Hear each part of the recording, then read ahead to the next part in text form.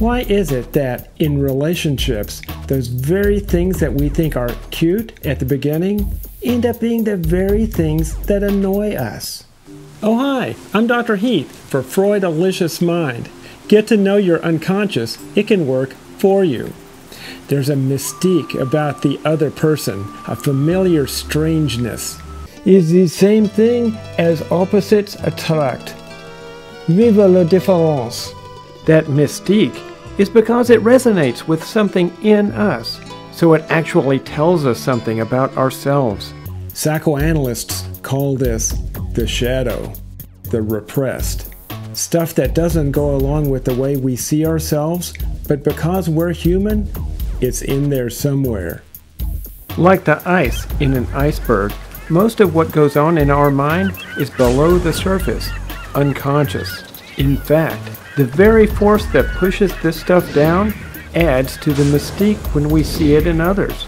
How do we know it when we see it? It stirs us up. Sometimes the feeling is love, amour, but sometimes there are others. Annoyance, irritation. Like in the studies by the anthropologist Margaret Mead, the other person or idea becomes exotic, intriguing, but hard to understand. This tension between opposites happens in other kinds of relationships too. But maybe they need each other to find themselves. One can't even fathom the other's point of view. But there's merit to both. Half the world has the other point of view. So what's the answer? A psychoanalyst named Donald Winnicott came up with an observation about people. When babies are young, the baby and the mother are like a unit.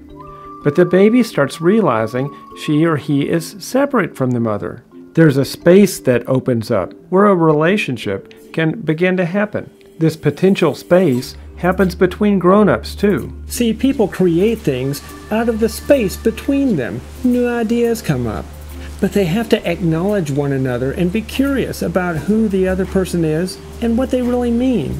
Another person may be so different from you, they're hard to understand. The very way the difference stirs you up might tell you about parts of yourself you have hidden from yourself. So pay attention to the stuff that stirs strong feelings in you. And ask why. Because we can learn about ourselves. Uh-oh, we're out of time. Help me keep these videos advertisement free. Please click on the link and contribute to my crowdfunding campaign. Every little bit helps. And if you like these videos, please subscribe and share. I'm here on Freudalicious Mind, Thursdays 7 Central, here on YouTube. Thanks for watching. See you next time as we explore our mind.